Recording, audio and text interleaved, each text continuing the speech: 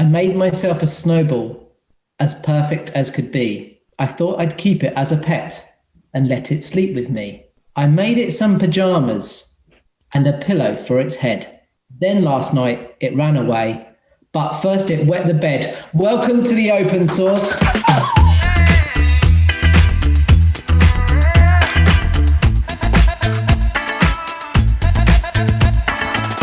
Welcome to the open source, Julia. I'm really pleased to be here. Thank you for inviting me.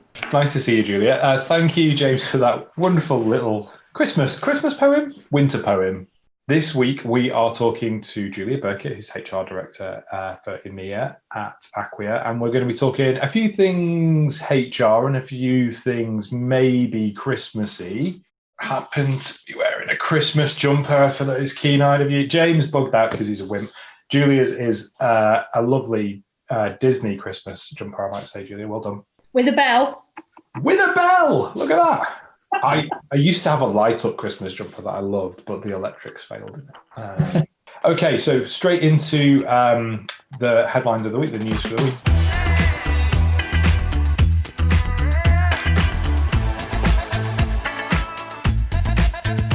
So it's that time of year, and wow, hasn't it been a year? 2020 has been insane. We always try and find some news articles related to the topic of the week, but apparently 90% of employees admit to drinking on the job. I'm sure this has been exacerbated with coronavirus and more people working from home. But any thoughts, Julia? Yeah, I think you're probably quite right. I mean, actually, we've in some cases we've encouraged it, right? Where we've had social events where people have connected together after hours. That's so true. I would imagine that if you're counting those into the statistics, but yeah, I think it's been a tough year, and you're right. I think people are just a few steps away from their own fridge and their own cupboards, and yeah, I wouldn't be surprised if it was actually more than 90%, and some people just decided not to say that. This has been a real year for home life and work life to bleed together, and that's been positive in some cases, not just negative. James, have you ever drunk at work? I'm a massive lightweight, so I think I just end up slurring my words and turning into something from the Goonies. One of the things that I perhaps can imagine goes on, and Julia, you might know this, is that when you drink, generally your confidence builds. This whole thing of imposter syndrome and stuff that's going about. I'm wondering if having a drink whilst you're working is kind of going to build more confidence and get people talking more, and those that are kind of shy in a kind of Zoom environment a bit more open about stuff. I definitely think that people do feel that they get more confident when they've had something to drink. We're also coming up to Christmas. So Christmas is naturally a time where we're happier and we have a few drinks and a few mince pies and all of those good things. If we were in the office, we certainly would be having Friday drinks and mince pies. You've been in the HR industry for 25 years? Yeah, just a little bit more than that, but we're not admitting to exactly how long, otherwise that would completely date me. I thought you were only 25 years old, Julia. I don't know. That's what I'm trying to put around. I'm going to have to up that to like 32, maybe. Yeah. 32 was a good year. Yeah. So, but yeah, about 25 years. You're right. This year being so different to any other in your career, what's kind of been like the main challenge? A couple of things that really spring to mind in this year is, first of all, we've spent a lot of time talking about how HR adds value to the bottom line. We do a bunch of different things that people don't know. In fact, a lot of the work that goes on in HR is hidden. So therefore, if you don't know about it, actually we're doing the right job. But we're also increasingly stepping up and taking more of a lead in the culture, in how the organisations respond, in the planning, and there's been some huge changes in those 25 years about how HR is viewed in the organisation. This year felt like we'd taken a step back to the roots that we were in initially, so HR was personnel and it was born out of a welfare responsibility. And I think that this year we've definitely turned that back to being more about welfare. And actually everyone has checked in on their colleagues, on anybody that they work with, peers, to just make sure that everyone's doing okay, because this has just been an extraordinary year. I think the peeks into people's home lives have been super lovely to share, in terms of the fact that, you know, there are people who have worked together for years who said, I didn't know that they had children, or I didn't know how old their children were, I didn't know how many they had. Whereas before, I think, you know, it's like, oh, I've got a meeting with someone in the C-suite, so, you know, knock on this door if you dare, and there's a note on it saying, please don't come in. So I love the little glimpses that we've had into people's lives. And I think the other thing that for me has been seminal in this year was really the thing in terms of our focus on diversity. Obviously, we've had terrible news out of the US this year with high-profile cases, George Floyd, etc. You know, and I think that the upswell of feeling that people have just said, I think we've had enough. I think we've had enough. And everyone's had to look very carefully at their policies, at their processes, at their, oh, well, that's not us. And then it's like, well, actually, if you think about it, it could be, and even by accident. So yeah. I think that's been a really interesting turning point, because I don't think ever in my career has the whole HR movement as such been upswept into such a strong feeling of change is needed. So it's been interesting. Yeah, we did some training, didn't we, at Acquia, and on diversity and inclusion and equality.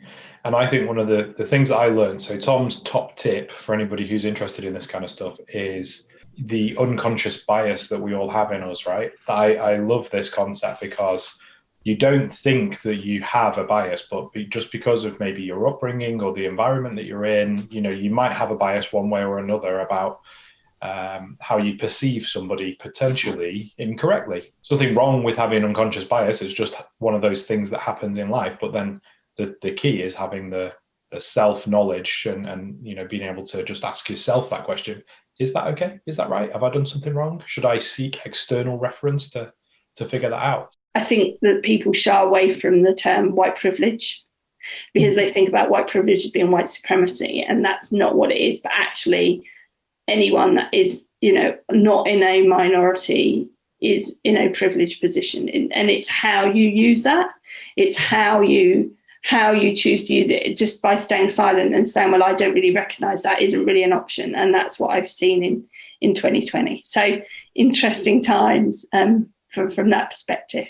I sort of feel like the situation where everyone's become more remote has allowed leaders and companies to be better at that, you know, because it's very easy to get wrapped up in your own teams, in your own business. But I think this remote culture, I think it's encouraging a better level of diversity. Would you agree with that? I think so. I think people have sort of stopped worrying about what they look like and the image that they portray, and actually have been more genuine this year. Certainly after, you know, a few Zooms got interrupted and dive bombed by kids and, you know, pets and goodness knows what else we've had. I think people have then relaxed, and I think people have really thought about being a bit more authentic. And I have some questions for you too. So tell me, James, what is the new skill that you've learned in 2020 during lockdown? There must be one. There is one actually, but I'd say it's a skill that is it's in the maternity ward of skills at the moment. I bought a ukulele. Oh, no. and I've just started learning a few chords. I think you only need to know 4 chords to play a number of songs. So I've learned the chords, I just can't put the songs to it. So that's one new skill I've learned. And maybe Tom could join in on the triangle or something. Yeah. Not to say anything about your musical skill there, Tom, but you know. Well, actually, the last episode that we recorded was with one of our customers, Simon from Focusrite, and they're obviously a musical company. And both Stefan and Simon realised very quickly that James and I are relatively musically challenged.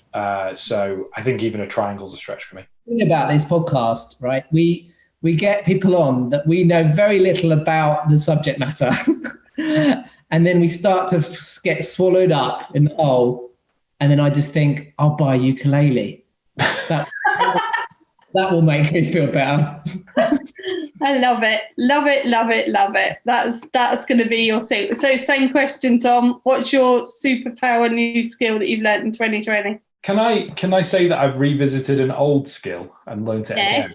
Is that you're allowed to do that if you'd lost it or I definitely lost it. Anybody that listens or watches that plays golf will know that over time, if you don't play golf, you become incredibly rubbish at it. And as a kid, I used to be okay. I used to play for my club team and sort of tour around the northwest of England, playing lots of different courses. Lockdown came. I live a good 300 yards from a golf course. My dearest better half, Emma, suggested that I go and play golf again. I think she's regretting it now, but I've joined a golf club and started playing golf again. And I'm not quite as good as I used to be, but I'm getting better. So maybe there's a few more pounds there, Tom, than there was last time you played. There definitely was. If anyone ever sees a photo of me when I was last good at golf, which is actually 20 years ago, I weighed a lot less than I do now. And speaking of getting heavier, I'd like to bring us back on topic to mince pies. Has anyone had a mince pie yet? Oh God, I started in October. Literally, the first time we saw them in the shops, that was it. We have a bit of a mince pie problem in our house because my husband likes the short crust mince pies, and I'm a puff pastry mince pie girl. Oh no, that's wrong. No, it's not wrong because like anyone could whip up a set of short crust mince pies yourself. So why don't you do something that would be a little bit more challenging? That was going to be my question to you. Are you a mince pie connoisseur, or do you have the standard mince pies, but you're a connoisseur? Sticking with that topic, one of the things that I've missed from 2020, which we haven't done, and this is something that I used to do at a company that I worked at before, Acquia, and something that I would have loved to have continued. I used to organise with a good colleague, Alex, in my team, a mince pie tasting competition in the run-up to Christmas where you had to pay an entry fee and all of that money went to charity. 2 years on the run, do you know which UK supermarket brand won the mince pie tasting competition? Lidl. Yeah. Well, how did you know the answer to that? Because actually Lidl do great food. They just don't shout about it, and it's not necessarily always packaged. They get the mince prize. Oh my! Oh, no, you promised me no cheesy jokes. No, you promised me no cheesy jokes. So I want to change the subject a little bit because I want to find out from Julia if there's any anonymized but funny HR stories from over the years, Julia, that you can share that wouldn't incriminate anybody. Most of them have got some pathos attached to them, but I will tell you a story. And it was towards the start of my 25-year career, and I joined a new company, and I was super excited. I found out that one of the employees, just looking through this Excel spreadsheet, had a home address that was the store address. So in amongst my first few weeks, I just phoned the manager of the store and said, hey, we need to update this address because obviously, he doesn't live at the store and we just need to know that information. And she was like, no, he does live at the store. And I said, I'm sorry. And apparently for the last 15 years, he had actually lived in the store. Every night they locked him in. He used to heat up a little tin of baked beans on a little gas canister, and then he would be there and available in the morning to open up for the first delivery of the day. Wow. So I was super unpopular because I went, no, he can't do that anymore. Just imagine if Instagram was around then. He would have the best Instagram account ever, wouldn't he? I live in a shop. Have you had to speak to anyone about being a workaholic? Oh yeah, I had a situation where somebody had been. I literally walked in at probably 7:30 in the morning, and they were asleep over their desk, and that had been like the second or third morning on the trot. I know lots of people that, I don't know about you, Tom, but lots of people are working a lot more because they're more accessible. I think I've struggled to switch off. When the commute is just to the door over there. It can be difficult to get out of work brain and just walk straight into the other room and be dad. Top tip for that, which is really important, is actually leave the house at 7:30 or whenever you would have normally left it at 7 and go for a walk. Go for like a mile walk or something. So do your commute, but physically do it. That's a good one. Yeah, that's a really good tip. Treat it as if you are actually travelling to work. Definitely. So we are almost at time to finish it off today. I thought it might be nice to do, it doesn't have to be a New Year's resolution, but maybe a, holiday season themed wish for prosperity, I think is what I would categorize it at. So it doesn't have to be something that you're going to do differently. It's just, what are your hopes for the future? Because I think 2021 is going to be a much better year. So I will go first, and that is that I hope that the global vaccination program goes really nicely and we can all get back to seeing each other a bit more in person. That was an obvious one, I know. Sorry for the cheap shot. But Julia, what about you? Oh, mine, I've got a couple. So first of all, I really hope that we can get back to international travel, because not only do I miss my colleagues in other countries, but I'm most definitely missing my Disney fix. So I would like to feel that I've got that. But the other thing really, on a serious note, is that we actually managed to sort our lives out and get something sorted with Brexit that actually makes sense. Feels like we've been living with this for so long. It almost got buried in the whole coronavirus thing. And for me, I just hope that the things that we hoped we would get from leaving Europe get recognised, and that we manage to remain on cordial relations with our European colleagues, because I feel like I'm a European and I'd like to think that I can still consider myself a European on the 1st of January. But I'm hoping for good things, that at least we all behave like adults and we get a good outcome. What about you, James? I want to read more. I used to read a page from the Daily Stoic, a book that I thoroughly recommend, Stoicism, comments. And it used to help me every single day to read a page of that. And it kind of gave me an insight and reflect on things and have a different perception on things. The other thing I'm going to stop doing is use the Christmas alphabet, because with the Christmas alphabet, there's no L. Oh my God, you promised me. I'm just going to get a broom and sweep up all this tumbleweed that suddenly dropped into my office here. Resist it. No, that's it. I think that's all we've got time for, James, right? Yes, that's it. Thank you so much, Julia, for being on the Open Source. Really appreciate your time. Thank you for inviting me. I'm glad that some of your listeners might want to listen to the ramblings of an HR director, but I really appreciate being invited in, which isn't always the case for HR. So thank you very much. Lovely to have you. Merry Christmas, Happy New Year, Happy Holidays to all of our viewers and watchers out there. And here's to a brilliant 2021.